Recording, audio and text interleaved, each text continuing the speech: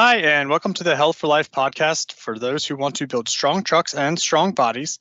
This is Kevin Munez and Maya Hickman, your wellness team, bringing you practical tips and tricks to improve your health. Hello, everyone, and thank you for listening in. Our topic today is weight management and diabetes, something a lot of Americans are affected by. Yes, and in fact, a majority of Americans are overweight or obese. So 74% of men and 67% of women, to be exact. Now, obesity, defined as having a BMI of 30 points or higher, shows that 40% of women and 35% of men hit this obesity definition. Yeah, and these numbers keep climbing, which is really sobering. Unfortunately, extra weight has to do with a lot more than just physical appearance and preference, right? Being overweight is a significant risk factor for developing type 2 diabetes. When you're overweight, your body becomes resistant to insulin, which is a hormone that regulates our blood sugar levels. This resistance causes your pancreas to produce more insulin, and that can lead to high blood sugar levels and eventually diabetes. In fact, 37 million of Americans, which is 1 in 10, have diabetes, and 96 million, which is more than 1 in 3, have prediabetes. Well, those are some hard facts right there. What's interesting is that 1 in 5 people don't know that they have diabetes, and more than 8 in 10 adults don't know that they have prediabetes. So needless to say, take your annual physicals seriously and check your blood sugar levels. This is especially important because if you have prediabetes and you're overweight, losing weight by eating healthy and being more active can cut your risk of getting type 2 diabetes in half. Yeah, exactly, which is really cool. It's cool to know that we have the power to change our health, right? Research shows that even as little as 5 to 7% of weight loss can significantly improve blood glucose levels, and in many cases, completely reverse diabetes.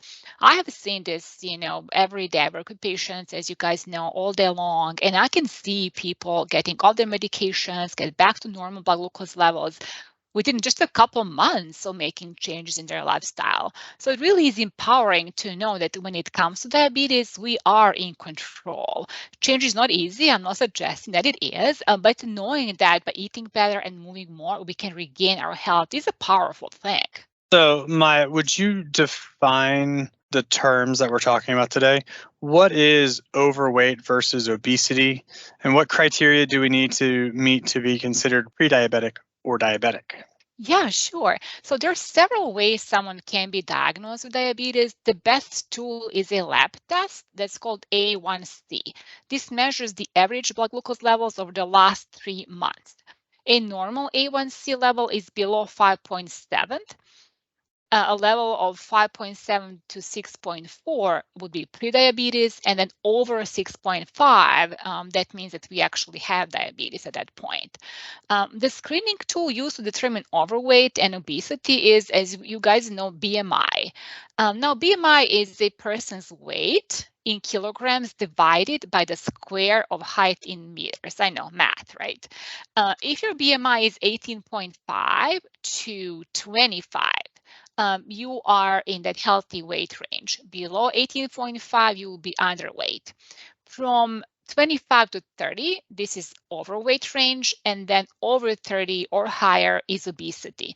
Now, there is several different categories of obesity. A class 1 would be 30 to 35, class 2 would be from 35 to 40, and then over 40 is the class 3, and sometimes this is also called quote unquote severe. Okay, so it's my understanding that even though BMI is a lot better measure of your health than just weight, it still has its flaws. It doesn't assess body fat as well as in older folks as it does in younger adults. And it doesn't distinguish between fat in your belly from fat that's anywhere else on your body, like in your hips. So excessive abdominal fat is worse for your health than any fat any else on your body. So for this reason, a measurement of your waist circumference has been studied as a marker for health. So if your waist circumference is greater than your hips, then you have an increased risk of heart disease and type 2 diabetes. So that risk is increased for women with a waist circumference of 35 inches or higher, and for men with a waist circumference of 40 inches or higher. So those numbers may sound familiar because those are the criteria that we use in our Healthy People Rewards. Yeah, and thank you for bringing this issue with BMI up. BMI is a useful tool and can predict risk, but it's far from perfect. I find that it can be often you can overestimate with men, especially with the muscular guys like you, Kevin. And I often joke that most small players would fall into this overweight category anyway, right? Yeah, yes, and I do fall into that overweight category on the BMI scale.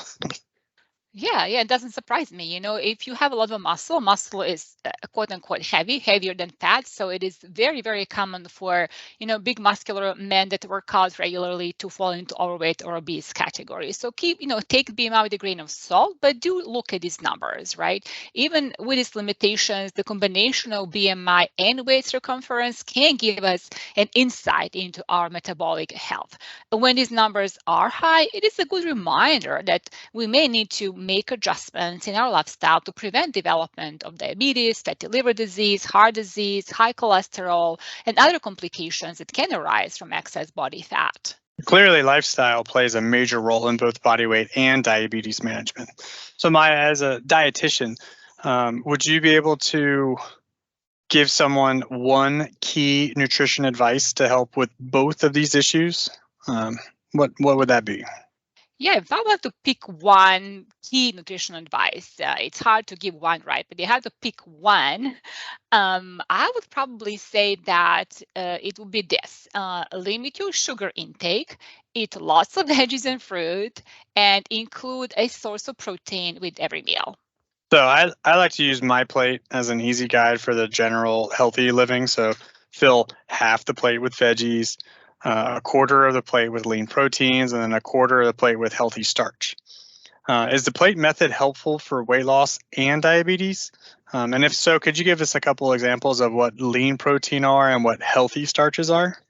Yeah, absolutely. So plate method is a really simple yet effective way to practice portion control. When trying to lose weight and manage our blood sugar, the most important thing is to monitor the size of our carbohydrates on our plate, starches, right? And we want it to be about 1/4 of the plate. That's a general guideline. A little bit less sometimes is not a bad idea either. So we don't want to exceed the amount of carbohydrates in the course of a day, about 25% of the volume. When we say healthy or good starches, we typically refer to whole grains versus, white breads or white grains. Although white rice is fine, especially if you have some digestive issues, it's much easier to digest. Potatoes can be okay as long as you monitor the portion size and choose, for example, baked versus fried. So again, portion control really is the key here. When it comes to protein, good sources of lean protein would be fish, any kind of fish you like, chicken, turkey, but also plant sources of protein such as beans, lentils, or tofu if you're into that kind of thing. So these are some excellent and simple suggestions. But we know that eating health food can be kind of expensive. Can you give us some tips on how to eat healthy on a budget? Yeah, I agree with that. I have been leaving my entire paycheck at Kroger these days, I feel. However, there are a few tips I can share to lower the cost of the grocery store bill while still eating healthy. For example, you can buy frozen fruits and vegetables instead of fresh. They're cheaper and will last longer while maintaining their nutritional value. Replace some of the meat-based meals with plant-based proteins such as beans or lentils. They are much cheaper and high fiber, low in fat, so they're good for heart and overall health. We can buy generic store brands. You can plan your meals and always shop with a list versus shopping on an empty stomach. That's never a good idea. Use coupons, right? I had a question for you, Kevin. We talked about nutrition quite a bit. But I'm curious, if you can tell us a little bit more about the role of exercise in managing weight and diabetes? Yeah. So lifting weights, doing resistance training will make you more insulin sensitive. So you had talked earlier about becoming insulin resistant and then having your pancreas work harder and release more insulin. So by exercising regularly and adding in that resistance training or weightlifting, you become more insulin sensitive. So your pancreas doesn't have to go into overtime. And what insulin is pushed out is used better. So again, we always come back to that 150 minutes of moderate to intense physical activity every week. So we're looking at something like 30 minutes a day, most days of the week.